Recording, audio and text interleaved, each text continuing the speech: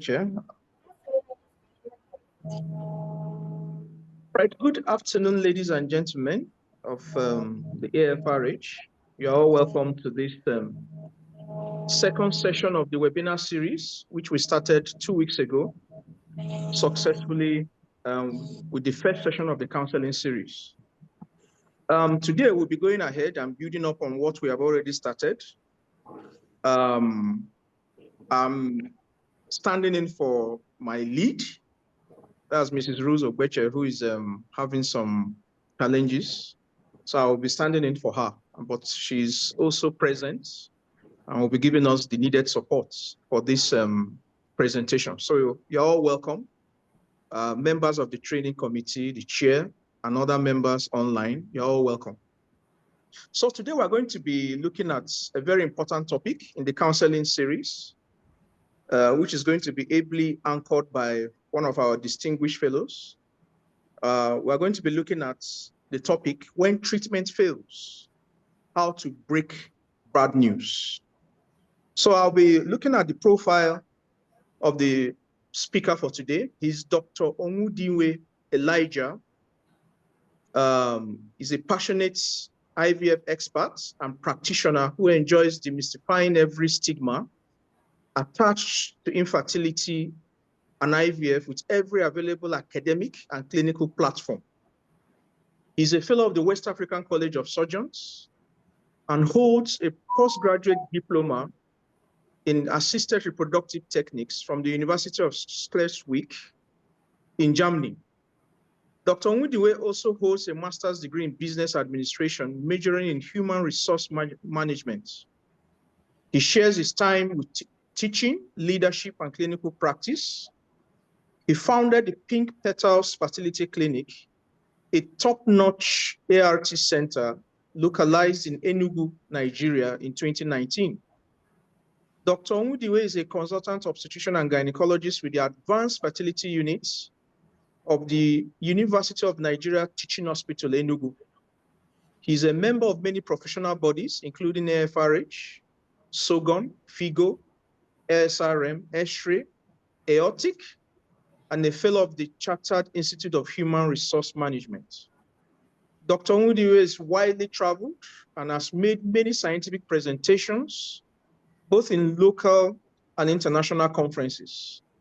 He has also made several scientific publications cutting across fertility, pregnancy, and oncology, both in local and international journals. Without much delay and ado, I will hand over the floor to our distinguished fellow to do his presentation. You are welcome, Dr. Onwudiwe. The floor is yours. Yeah, thank you. So the presentation will be lasting roughly 20 to 30 minutes, after which we'll be entertaining questions. If you have questions while the presentation is going on, you can type it in the comment section and we'll note it towards the end for him to address. You're all welcome. Thank you so much. Yes. Can you all see my screen now?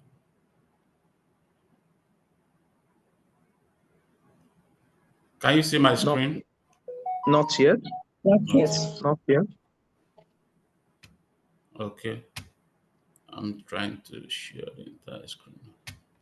Okay.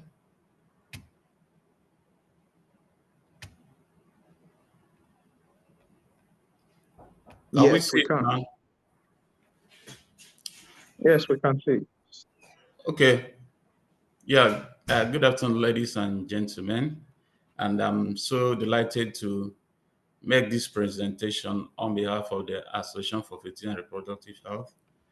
And just like Rose told me when we were about starting that she knew that I chose the hardest topic. I don't know why this should be one of the hardest topics, because people run away from it, and it's something that we'll have to face daily on our practice, because we are not God.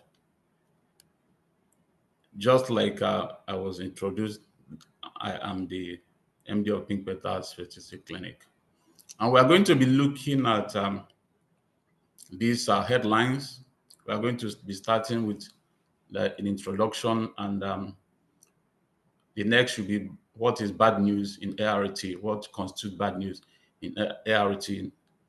Then I'm also going to share some reactions from some of our clients.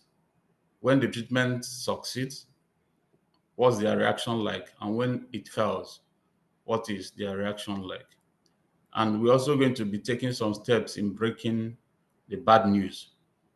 And I'm also, after that, we're also going to also look at the vis-a-vis the six-step Boxman protocol in breaking bad news, how it is applied in our topic. Then we're going to present two case studies, which we managed in the clinic and also in conjunction with our clinical psychologist and our counselor. Then I'm also going to mention the psychological interventions that we applied in managing these clients who failed. Then I'm going to be concluding then appreciation and also the references will come.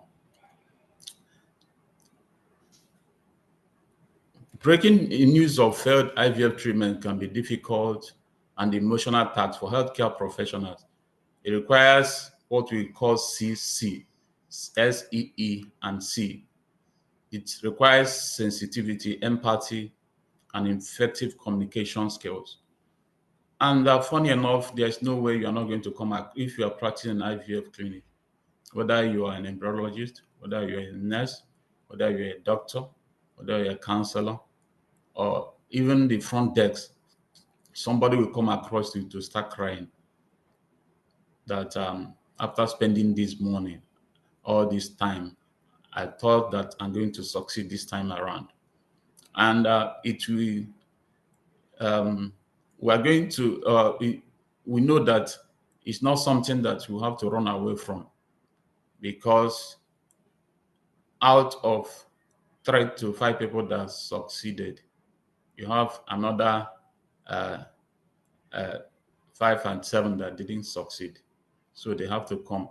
And funny enough, most of the clients that we receive as IVF in IVF clinic are referrals from people that have done treatment with us in the clinic. If somebody succeeds,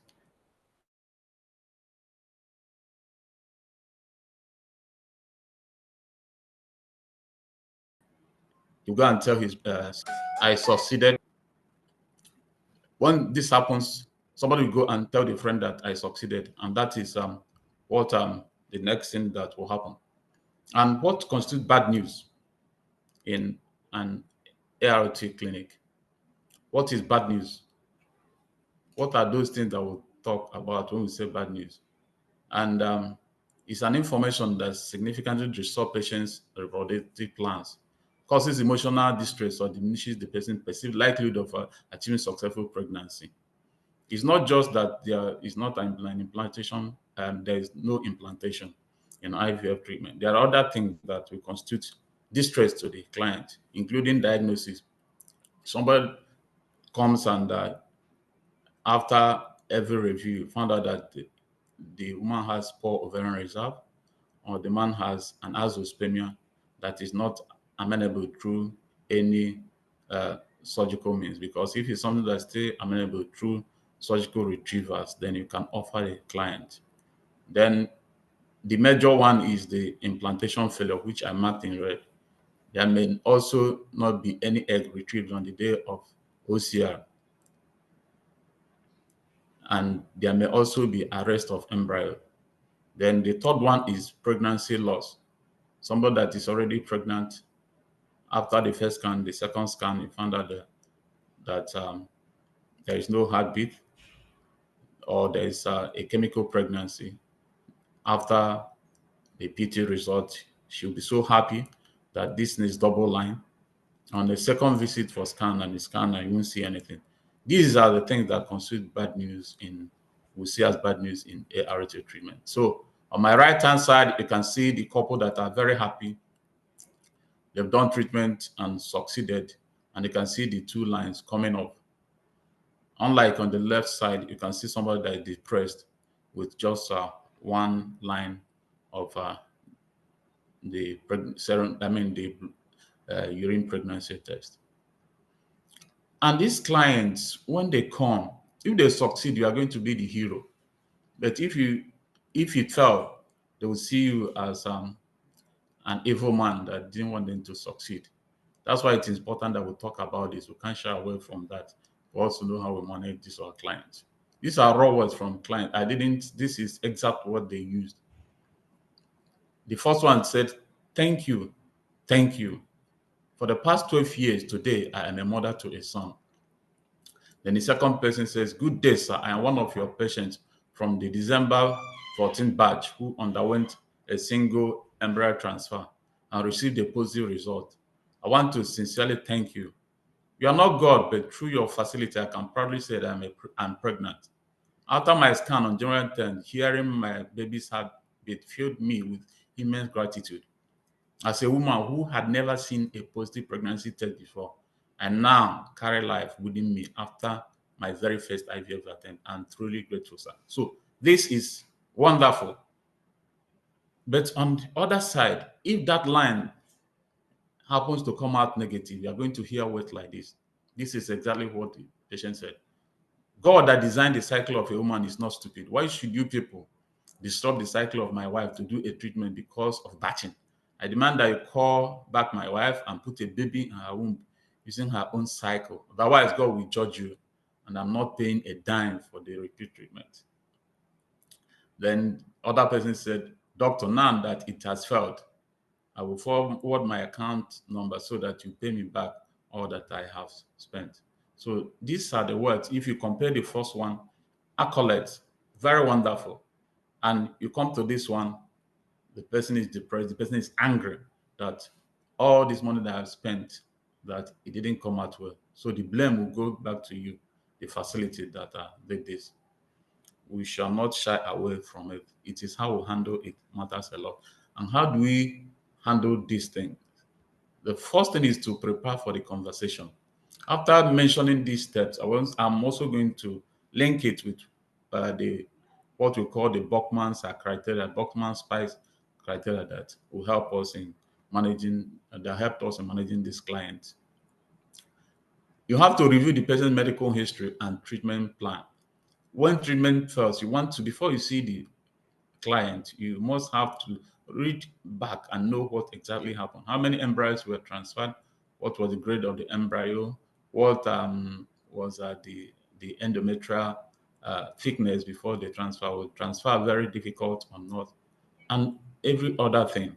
You have to review it so that when a client asks you a question, you'll be able to answer. So you'll be able to hazard what is most likely the cause of the failure. And you should not be surprised when some emotions are expressed.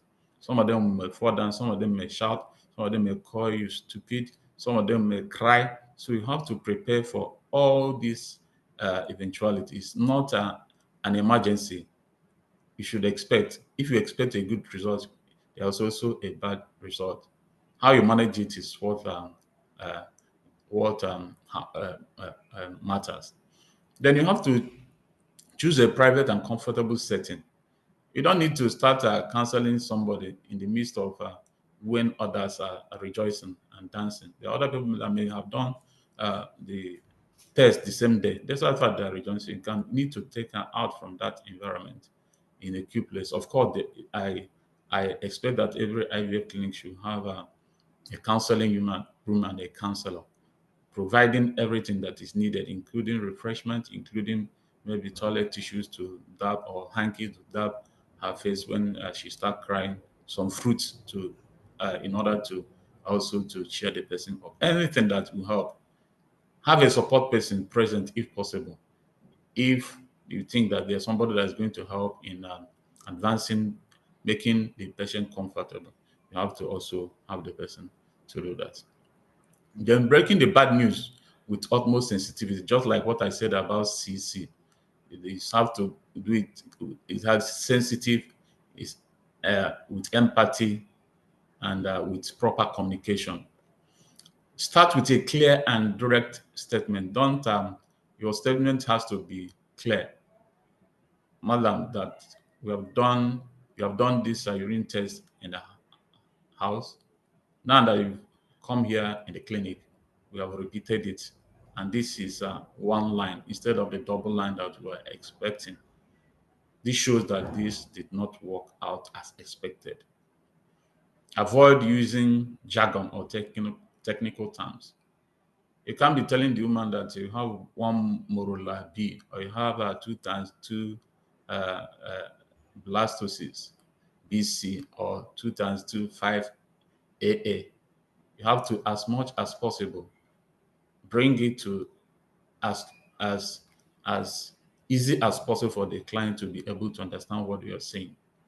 You can say that if you grade this embryo from 1 to 5, that your own is 2, or your own is 1, or your own is 3, or your own is 5, or that your embryo is just like hatching, just like an egg that's about to hatch, that this is grade 6 AA embryo. So show empathy and understanding. If you have any reason to, assume you have done an IVF before, because I believe there are some people that are working IVF clinic, have done IVF treatment before, that may have failed. It would be an important pedestrian for you to stand and tell them, I understand what you are passing through. That it has happened to me before. Put yourself in the person's shoe. It's not sympathy. You have to show empathy as much as possible. Tell the woman or the couple that I know that a lot of money has gone into this, a lot of emotions has gone into this. It is our expectation that you succeed. But unfortunately, it did not happen the way we expected. Now, sometimes it may happen like that. That we are not God. That some people go to farm with seeds. They prepare the soil, they sow the seed, they water it. What happens thereafter is not under their control. So these are the words that can be used in order for the client to be able to know that you have done your best, but it did not work out. Use non-verbal cues like eye contact. If possible, if you are a female, you can also be able to even pat her back or give her tissue to clean her face. These are the things that can be done in order to calm nerves. Like I say, support the patient's emotional needs. Hmm? Then acknowledge and validate their feelings. Know what they feel, what is their feeling like. Don't tell them that how can you say that? Because a woman will tell you, is it because I didn't lie down for 2 weeks? Is it because after the embryo transfer that I just walked home? Is it that the embryo fell out after standing up? In other places, they say that you can lie down for 2 hours, you can lie down for 30 minutes. Why is it that my own is 5 minutes? So listen to her. Or some people will tell you that some other person ate cashew nut, ate this nut, and he did not tell her to eat the nut. Listen to her first, acknowledge it, and tell her reasons why that is not the reason why she didn't succeed. Offer her some support and reassurance. Also, provide information about counseling or support services. That's why I mentioned here that it's time to involve your counselor if you have one for a follow up. It does not just end there. After seeing a client post-failed counseling, post-failure counseling, there should be a follow-up. Some people also do home visits. These are the things that will make the client know that this clinic cares about me, and it will give her the confidence to come back again and also to involve others. They will know that this clinic has tried for me, but it did not work out as expected. Then encourage her to ask questions and for further discussion. After breaking this bad news and everything that we mentioned before, then you discuss the possible cause of the failure. If you look, maybe you know that the endometrial lining was not thick enough, or there's some issue that you think that the patient there are things that was done that was not, let me just say, not proper. Things that you feel that if done, that the patient can have a better treatment. Like she is 40 and she used her eggs. This time around, you tell her, if possible, maybe in your next treatment, it may be because you didn't use a donor egg, maybe we'll use a donor egg in the next treatment and give it a try. That at this stage, your chances of succeeding with this treatment is just about 6 to 10% considering your age. use pictures, use diagrams, anything that is possible. Bring it out so that the client will be able to know what you're saying. In my office, I have a screen where I explain details to clients, both how the treatment works out, both the how eggs were collected, how they fertilized, the show her good embryos, bad embryos, good endometrium, bad endometrium. So avoid blaming the patient or their partner. Don't go and tell the patient that because your husband sperm is 0 to 1 motile, that's why you didn't get pregnant. You are putting fire on the house, because that client will go back and start disturbing the husband that we are the cause of this failure. Uh, Even if that's the exact thing, but there is a way they are going to put it for the client not to blame the partner. Don't blame the client, and also don't blame yourself. Try to be as moderate as possible. Tell the client that in 75% of the failed cases of implantation failure, that it is actually unknown. Discuss the potential factors contributing to the failure. I've mentioned that. Then offer hope and encouragement for the future treatment. Then you discuss the future treatment, alternative options, which I've mentioned, donor eggs, surrogacy, or if there is any other adjunct that may be added in order to, don't just throw away any adjunct. If a patient uh, um, um, asks you that, can I take this, can I take this vitamin D? Of course, it may not be harmful to you, but let's see how it goes. Provide information about the risk and benefits of each option. So you need to encourage patients, tell them about this, uh, the available options and the risks and benefits. Encourage questions. Allow the client to ask questions, and also the partner. So the 6 step to Buckman protocol. This is a protocol that was used in oncology, but it's also applicable in ART settings on how to break bad news. I've mentioned it in the step that have enumerated, but we want to see how they are relevant to what we have said before.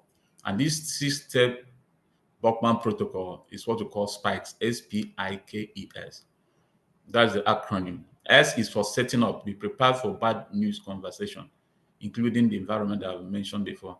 Patient perception, invitation, knowledge, emotion, strategy, and summary. So SPIKES is an acronym that we use in the 6 step, the Buckman's setting. So setting up, be prepared for bad news, which is the first one I mentioned. Find a private, quiet place, introduce yourself, involve significant others if appropriate. That's supposed to have. Sit down to create a calm, supportive environment and manage interruptions. So the setting is very important. Then P is for patient perception. It assesses the patient's uh, assess what the patient already knows about their situation. Yes, just like what I said about urine test, you have done it. So what do you think about it? The patient will tell you that I know that it is negative. Then you start from there. Identify what patient wants to know in order to tailor the bad news communication to their level. Correct any misinformation. Correct any misinformation that will have. But you are not going to you don't need to scold your client about this. Determine the patient's understanding and level of denial. Then I is for invitation. Assess how much information the patient wants to receive before sharing. Some patients may prefer full details, while others may want minimal information. Offer offer to provide additional information if the patient wishes to know more later. Then determine essential information to share and focus on that. Then care is for knowledge. Signal to the patient that bad news what that bad news is about to be delivered. Use simple, clear language. Avoid medical jargon. Provide information in small, digestible chunks. Just make sure that who you are talking to is listening to you. Periodically check for understanding and repeat information several times. Then E is for emotion. Like I mentioned before, is how to be is very sensitive. Then you have to talk about empathy and emotion, and also proper communication. Acknowledge and validate the patient's emotional responses. Shock, belief and disbelief, anger, Allow the person to express their feeling. Never stop any client from expressing that. If she wants to cry, allow her to window out whatsoever that is within her before you console her. Respond with empathy, normalizing their emotion. Offer support and address any emotional reaction. That's for emotion. Then strategy and summary. Summarize the key points of the conversation. If the patient is ready, discuss treatment option or follow-up plans. Frame the information in a way that provides hope. Then focus on what is meaningful and still possible to accomplish. Then this we'll have two case studies as managed by our our counselor using the setting up. She said, I invited my client, a 38-year-old woman who had undergone IVF, into my office, a calm and private space to discuss her result. I introduced myself and made eye contact and offered her a seat to ensure supportive and safe environment. I minimized potential interruption to maintain focus on the conversation. Then P, to as that's perception. To assess what she already knew, I gently asked her if she had taken a home pregnancy test. She confirmed that she had and understood that it was negative. This allowed me to gauge her expectation and emotional state before sharing the official result. Then I, for invitation, I asked her if she was ready to discuss the results and how much detail she wanted. She did not hesitate, so I proceeded with clarity and compassion. I informed her that the blood serum pregnancy test also came back negative. So, still for the first case, what the knowledge, as soon as she had the results, she screamed and collapsed onto the floor. That's why we should allow them to express their feelings. I immediately had her to prevent injuries while allowing her to express her emotions freely. She was overcome with sadness and anger, repeatedly saying that the doctor had promised her success and that God had abandoned her despite her prayers. I refrained from overwhelming her with information at that moment, focusing instead on emotional support. Then, what are these emotions? I allowed her to process her emotions without interruption, offering presence rather than immediate solution. When she began to calm down, I gently redirected her thoughts by asking if there was anything in her past that she was grateful for. She spoke about her husband, whom she considered a blessing in her life, recalling how she prayed tirelessly for a good partner and how God had answered that prayer. See how it changed. I then asked if God was faithful to you in this. Why do you feel he has forsaken you now? This question prompted her to reflect and she began to recall more positive moments, gradually shifting from despair to gratitude. Then the second case is a case of a blighted ovum. Okay, still on the strategy. Once she was ready, I offered reassurance that a failed IVF cycle does not mean the journey is over. I explained that treatment options were still available, that success may take multiple attempts, and emphasized that her emotions were valid and encouraged her to take the time she needed to heal. After the session, I walked her out to ensure she was stable before leaving. I followed her up regularly with phone calls, supporting her emotionally and helping her refrain her negative talk. Eventually, she asked me to stop the follow-up call, saying that she was fine and ready to move forward. For case two, before we conclude, the 37-year-old woman experienced a blighted ovum after initially receiving a faint positive pregnancy test. She was invited into a private calm office to discuss the situation in a comfortable and supportive setting. After introducing myself and ensuring she was settled, I asked her understanding of the condition. She expressed deep distress, not only over the loss of the pregnancy, but also due to the financial burden undergoing an IVF cycle. Gently, I explained that a blighted ovum occurs when a fertilized egg plants in the uterus but do not develop into an embryo, leading to a pregnancy sac without baby inside. She became emotional, expressing grief, anger, and disappointment. She was allowed to express herself freely without interruption, giving her, giving her space to release her emotion. To help her cope, I introduced mindful techniques, encouraging her to focus on the present moment instead of the uncertainties of future. During the follow-up call, she expressed guilt and frustration as her husband insisted that she continue taking her medication because they believe that once the pregnancy test is positive, that God will still do it.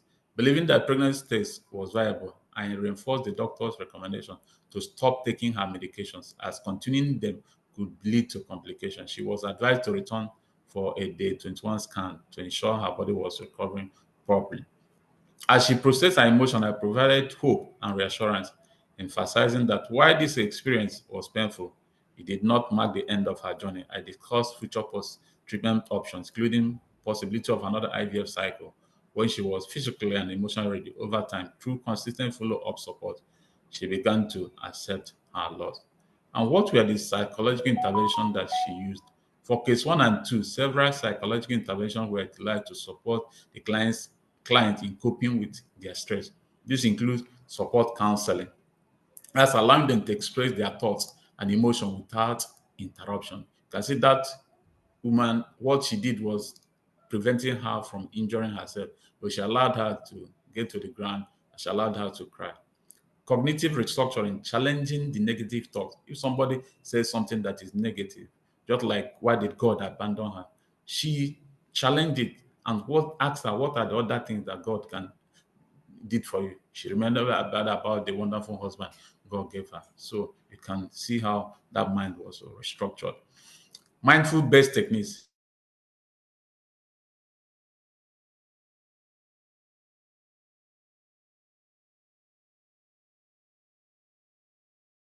That's encouraging present moment awareness to reduce. Please, sorry. The mindful based techniques, that's to encourage present moment awareness to reduce anxiety um, and overwhelming thoughts about the future. The grief counseling, helping them to process their loss. Then psychoeducation, providing clear and compassionate explanation about their medical condition the reason for the reasons for treatment failure and the next steps.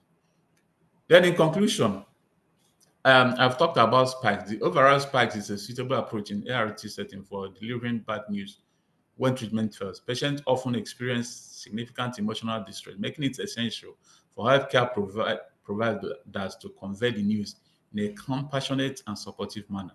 By offering support and hope for future options, healthcare providers can help patients to cope with the disappointment and find a way forward. Even after a difficult outcome, breaking the news of failed IVF treatment requires sensitivity, empathy, and effective communication skills. So, by following these steps, healthcare providers, that's IVF clinicians, can provide compassionate care and support to patients during a difficult time.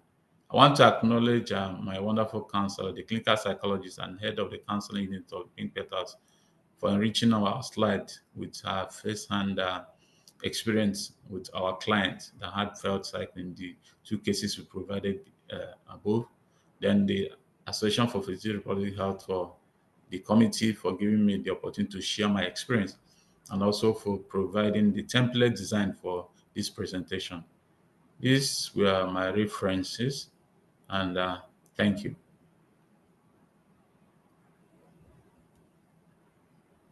All right. Thank you so much, Dr. Onwudiwe, for the presentation. We're been enlightened, I believe, and it's quite clear and quite engaging, especially with the examples and the case scenarios that were shared, quite clear and quite engaging. So thank you very much.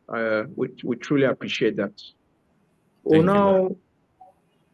now leave the floor open to questions, comments. We have not had anyone posted on the comment section, so maybe probably people want to engage verbally. Yeah, thank you so much, Dr. Onwudiwe Elijah, for that very insightful and compassionate presentation. I must confess, you did a very good job of that topic. I love the idea of the structured approach. I'm hearing Buckman protocol for the first time, so thank you for telling us about spikes, because even though I don't deal with the day-to-day of communicating bad news, but I think I have so much confidence now,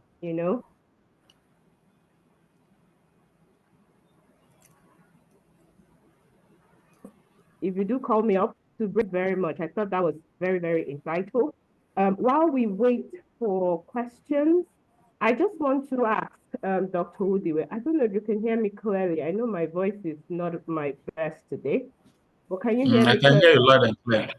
Okay, fantastic. So how do you tailor this approach, all right, when you're dealing with different types of patients? You know, people, I know most of the case scenarios that you talked about are those that, you know, are going through IVF or so for the very first time.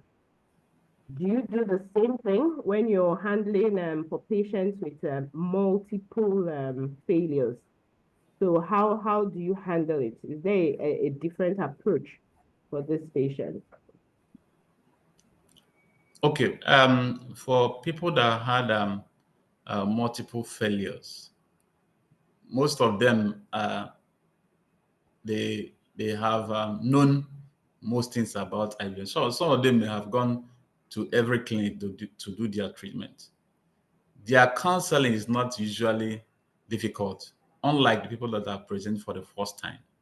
Because what they will tell you that they have done this thing previously and it came out negative, they believe that it is God, that one day that God will give them the child they needed. But their mind is settled in this clinic, that they believe that this is where they are going to get their result. Even sometimes when you are even dodging them, I have had a case to say, this person that have been coming, why not try another clinic? But the woman insisted. Unfortunately, after several trials, she has done some other place before coming to it. After several trials, she succeeded. Funny enough, she did with a surrogate. The surrogate did not succeed. She succeeded. Her endometrial lining at the time of transfer was about 6 millimeters. So that's why we don't just throw away the person's perception, belief that she's going to get something. So pretty enough, it's easier for people that are coming back. And by that time, you must have known what is actually most likely the cause of their failure. Only that some of them may insist that I must use my egg, or I don't believe. So like yesterday, somebody told me that I hate surrogacy.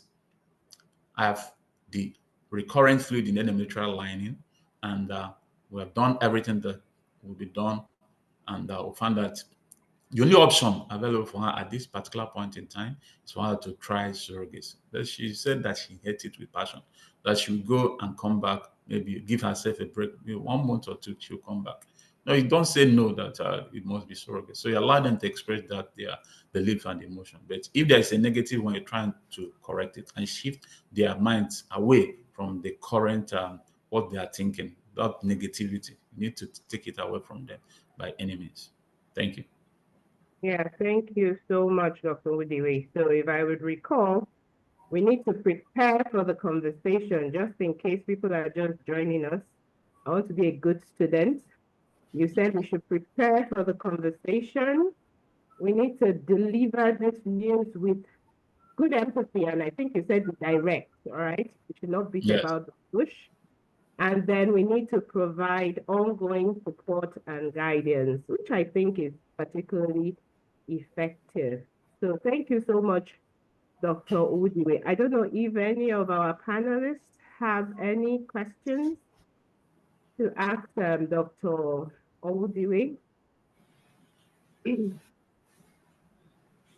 Dr. Akinola, Prof. Akinola. Yes, thank you, Dr. Onwudiwe, for a brilliant presentation. Are you here? And I Yes. like the way you make your slides and the way you explain everything, quite lucid. And this is one of the, I mean, not every one of us is versed in breaking bad news. And it's an opportunity for some of us that are still learning, you know, to gain first-class experience. I quite like the way you shared, you know, the two cases and you explained how they were dealt with. Thank you very much for the presentation. And we give you kudos and wish you the best in your clinic. This is just a reminder for some of us that are yet to present, including myself. Please, these presentations, we are collecting it so that at the end of the day, we are going to make it into a book, for AFRH members. Please don't discard it. And while you are waiting, try and modify your presentations, make it in a manuscript form that is, presentable, worth putting in a textbook. If you need any help in preparing your manuscripts, please reach out to any of us that are in the AJRGE editorial, so we can be able to direct and guide you how to write a manuscript. And if any further information is necessary, you can reach out to the web page of the AJRGE. You get all the information for authors. So it is very essential that you continue to modify and make this presentation something we can put together like AFRH Bible, and we can turn it into a very good textbook of infertility. Thank you so much. I hand over back to the moderators.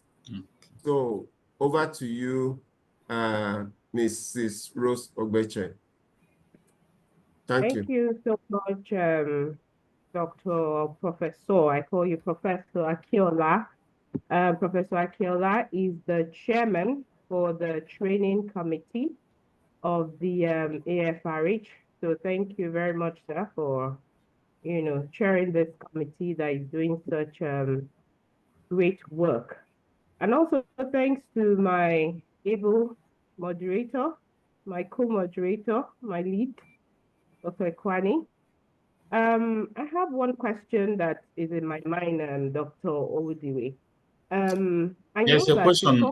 There's a question there. Somebody sent a question. Okay, there's a question now. Okay, fantastic. So I'll go ahead and read the question. Thank you somebody so is much. asking, my question is to the presenter. When you present Yes. stuff like edible fruits to your patient during time of breaking bad news, do they actually collect it from you? Do they say we are talking about a serious thing and you are bringing fruits? Or is there any way you present it to them? Okay. So presenting whether fruit or drink to the client or water is not the first thing. That should be towards the end of it. And funny enough, some of them will still take it in your office. Maybe water. I just use fruit. Some people are, if you have apple in your office, they prefer to take that in that you are giving to them. They feel that this thing is medicinal. What you are giving me is right. You can't give me anything that is not going to help me to succeed. So I don't think it's a bad one giving a gift. I just mentioned fruit, but you should have drink, you should have water, at least water, for the client to go with.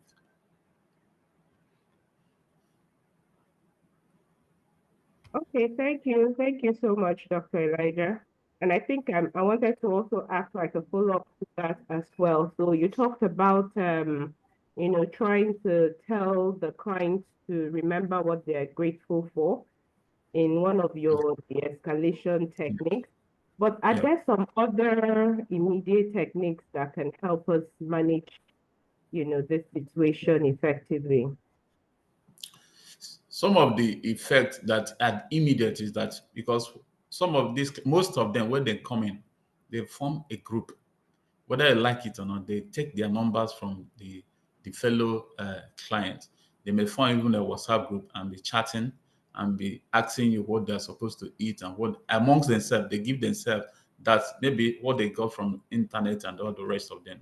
So, and if they do test, they will know who succeeded and who did not succeed. So for the fact that that person is crying, she will see others that also did their test. So when you are telling them, you can de-escalate it by telling them it's not just that you do, because they will feel that this thing doesn't work.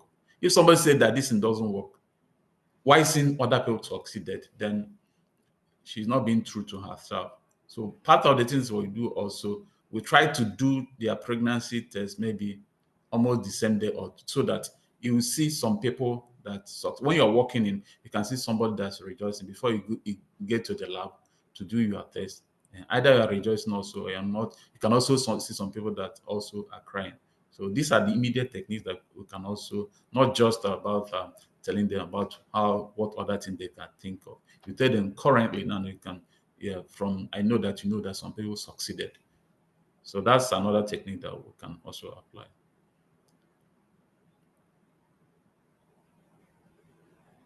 All right, thank you so much. Dr. Kwani, we have another question. Do you want to read it? Yes, let me read the second question. It just came in now. He said, please, sir, how do you follow up a patient who has gone through the process and was successful, but is sad because she thought it was twins? I usually before then, some people during the pre-treatment counseling, some will be asking you, doctor, how much am I going to pay for twins? How much am I going to pay for triplets? All those stuff. So if the pre-treatment counseling is defective, that's where we are going to be having this kind of conversation, because they think that are coming to buy babies. So you have to stop it at that level, telling them that, madam, what you are coming to do is a treatment cycle, that this treatment may either succeed or it may fail. That, let's give you an example, that we can transfer, as we will transfer 3 embryos to you. Out of that 3 embryos, 3 of them can get implanted, 2 can get implanted, 1 can get implanted, and none can get implanted. And these are the 4 case scenarios that any of them can happen to you. That you had 1 in the same cost, what you paid to have 1 is the same cost you are going to pay to have 2, to have none. So you have to make those scenarios open and clear to them. We should have a consent form that states all this at every stage, that something may happen. You may have stimulation, there may not be any follicle coming out. You get to the age of collection, you may not get any egg. You get egg, the embryos may not fertilize. If fertilize, there may be a stage of arrest. All these things should be explained to the client. So if somebody is feeling bad that she thought that is twin that she's supposed to have, that means the pre-treatment counseling was defective. So, but all in all, if we missed it at that particular point in time, you have to tell them that, look at somebody that there are people that didn't even succeed. You are talking of 1 baby. So it's not, for me, that person is not, I don't think it's something that you worry so much about. Because when she comes, if possible, you can be able to tell her that there's people that didn't succeed and you have 1 baby. 1 beautiful, when you scan, give the person hope. And this 1 beautiful baby, that God knows your strength, that God knows that you cannot be able to carry 2 twin, that this one is very beautiful baby, that maybe by the time you're coming for the second one, you're going to have triplets. Something like that, the person may start laughing. Yeah, thank you so much, Dr. Onwudiwe, for doing justice to all the questions that we've had so far. I hope all our attendees can hear you live and clearly. And we have a question from Visual. We will be sending out CPD points for this webinar for those that attended. So please look out for it in at the end of the webinar series. So we're yet to finish the counseling series. So once we're done with the counseling series, we will be sending out the certificates, the e-certificates. Once again, this webinar will be streamed on our YouTube channel. So please, if you have not followed the AFRH YouTube channel, please go right now and follow, subscribe, and then put a notification there so that when we stream the next one, you will be notified. So thank you so much, Dr. Onwudiwe. It's been such a pleasure having you online. I will take it now to my lead moderator, Dr. Ekwani, to conclude. Thank you so much. Thank you. Thank you so much, the leadership of the AFRH, for giving us this opportunity to learn, to share from our various experiences. I think we should be able to say confidently that this is a quite enlightening session, and I believe more enlightening sessions are are upcoming. So thank you so much, the presenters, our co-panelists, speakers, the leaders of the training committee, AFRH committee, ably represented by our chairman, Dr. Akinola, and for everybody that took out time to attend and to listen to us. I think the attendance this week is quite encouraging. I can see 53 participants. And I want to believe that subsequent sessions are going to be more well attended than this. So once again, thank you very much. And we appreciate everyone for coming. Godspeed and good luck to you. Thank you very much. All right, thank you. All right.